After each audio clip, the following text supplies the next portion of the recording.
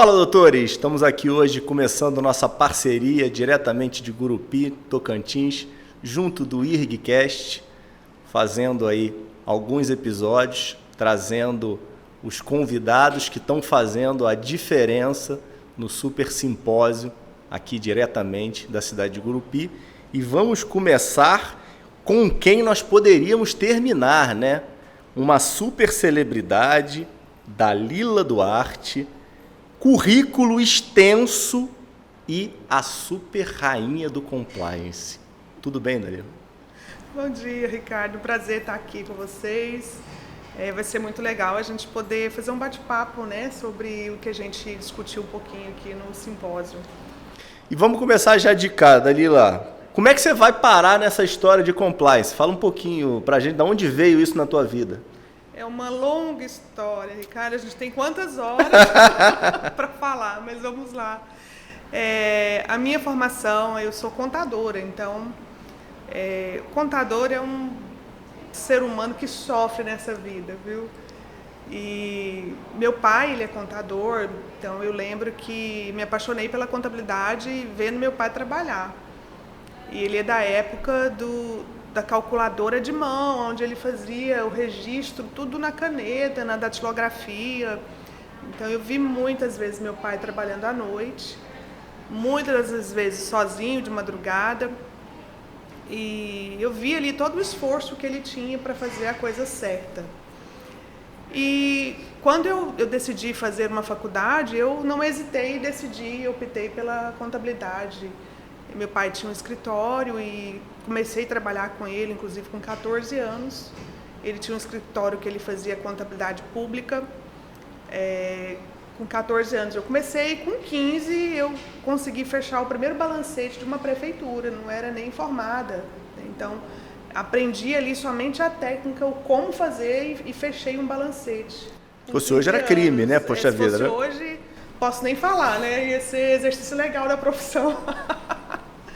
Mas com 15 anos eu consegui essa proeza e acho que foi o impulso, o empurrão que eu precisava para, de fato, entrar na contabilidade. E essa satisfação dessa proeza? Foi uma baita de uma conquista na época? Foi porque foi uma proeza que eu sofri para conquistá-la, viu? Então, foi uma alegria grande, porque para quem é contador sabe que não é fácil conseguir essa proeza, então foi uma alegria grande, foi uma grande satisfação. E aí eu decidi, fiz a faculdade de contabilidade e comecei a atuar, tanto no primeiro, no segundo e no terceiro setor. Então, eu queria de fato ter uma visão de todo tipo de organização que eu pudesse para conseguir ali o máximo de conhecimento, da prática mesmo. Então, e de onde veio essa visão, Maria? Por causa do teu pai? Ricardo, tem uma história muito interessante, porque quando eu tinha 7, 8 anos, que eu me deparei com o empreendedorismo, na minha época, quando a gente era criança, a gente colecionava, não sei se você já ouviu falar, de papel de carta. Então, as meninas, na minha época, colecionavam esse tal de papel de carta. A gente tinha pastas com papel de carta, só que precisava de dinheiro para comprar isso. Não caía, o papel de carta não caía da árvore, né?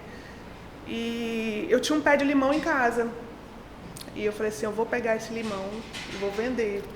E eu tinha uma bicicletinha, né? Então, eu peguei esses limões, coloquei na cestinha e comecei a vender esses limões. E eu já tinha uns clientes fixos, inclusive, que eram os senhores, uns velhinhos que moravam perto de casa. Então, eu sempre ia levar esses limões para eles e conseguia esse dinheiro. E aí foi, de fato, o primeiro toque que eu tive em relação a empreender, né? Então, acho que partiu daí, desde criança, né? Essa visão para de fato sair ali da situação que a gente está para de fato evoluir para algum lugar, né? Então acho que foi por aí.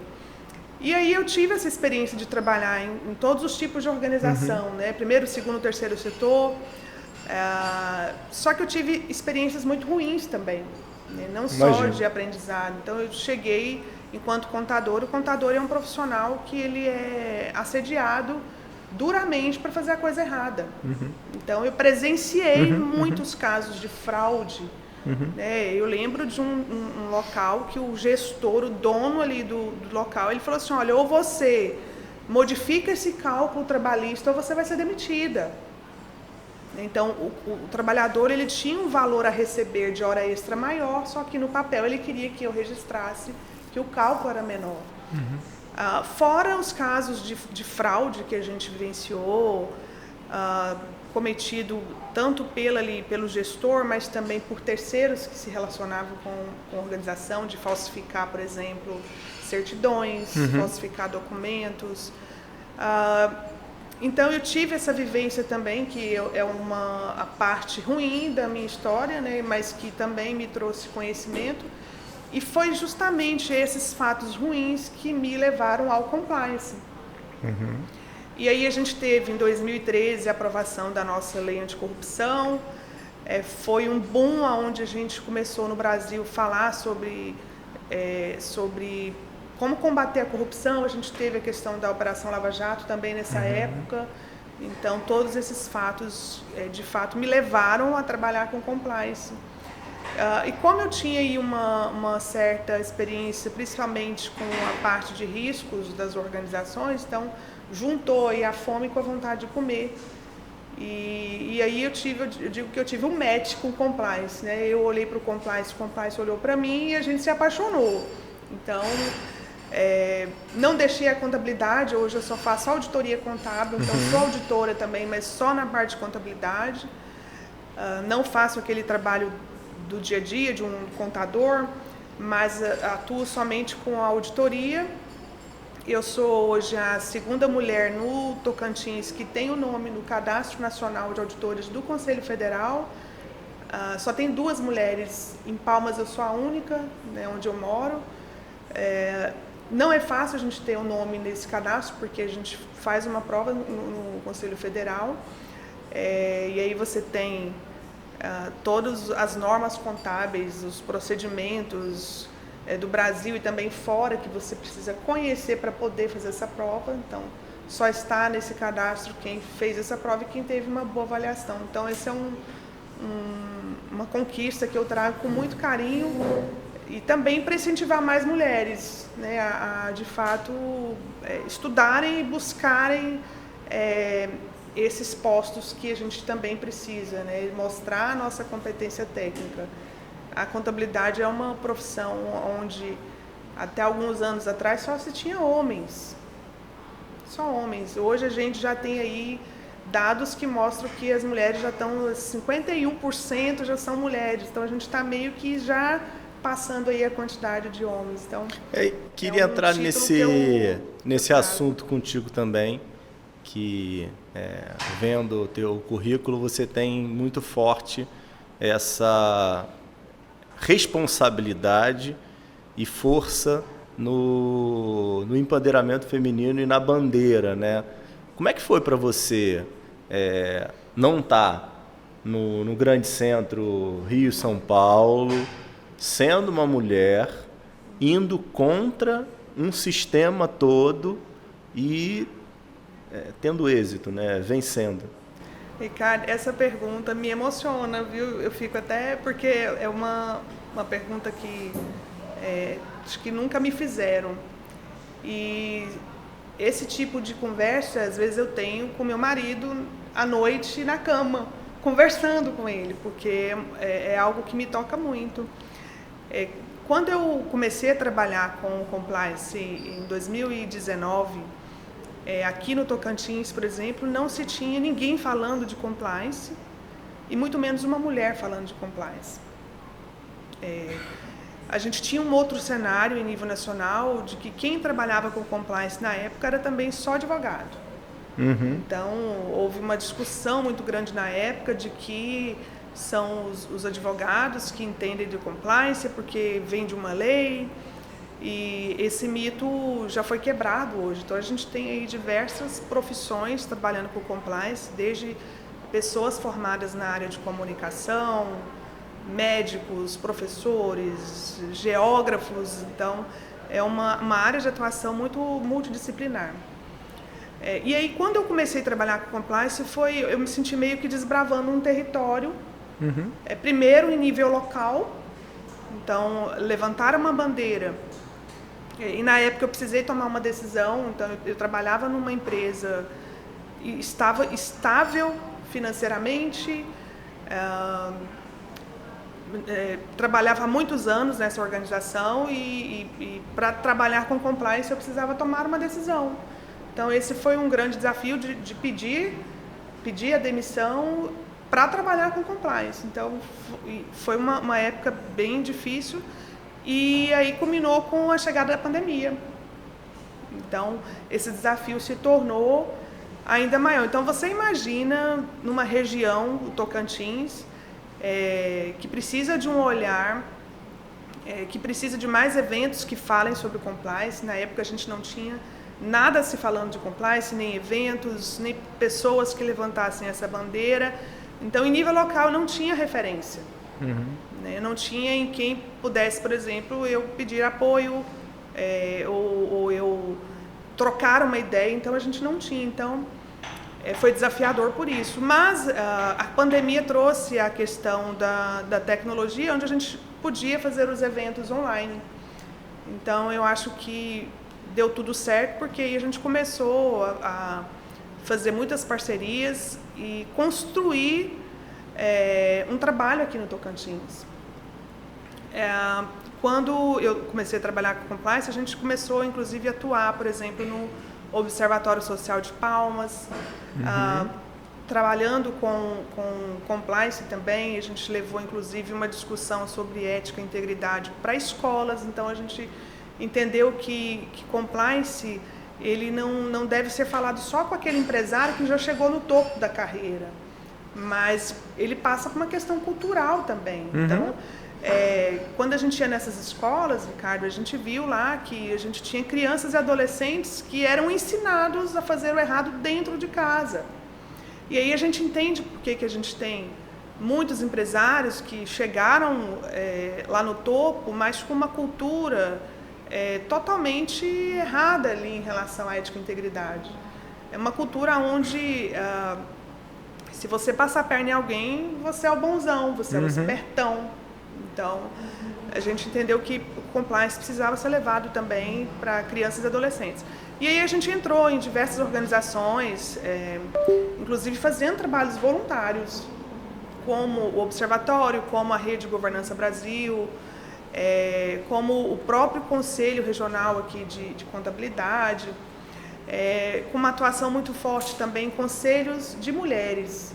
Então, eu faço parte hoje do Conselho Estadual da Mulher Empreendedora.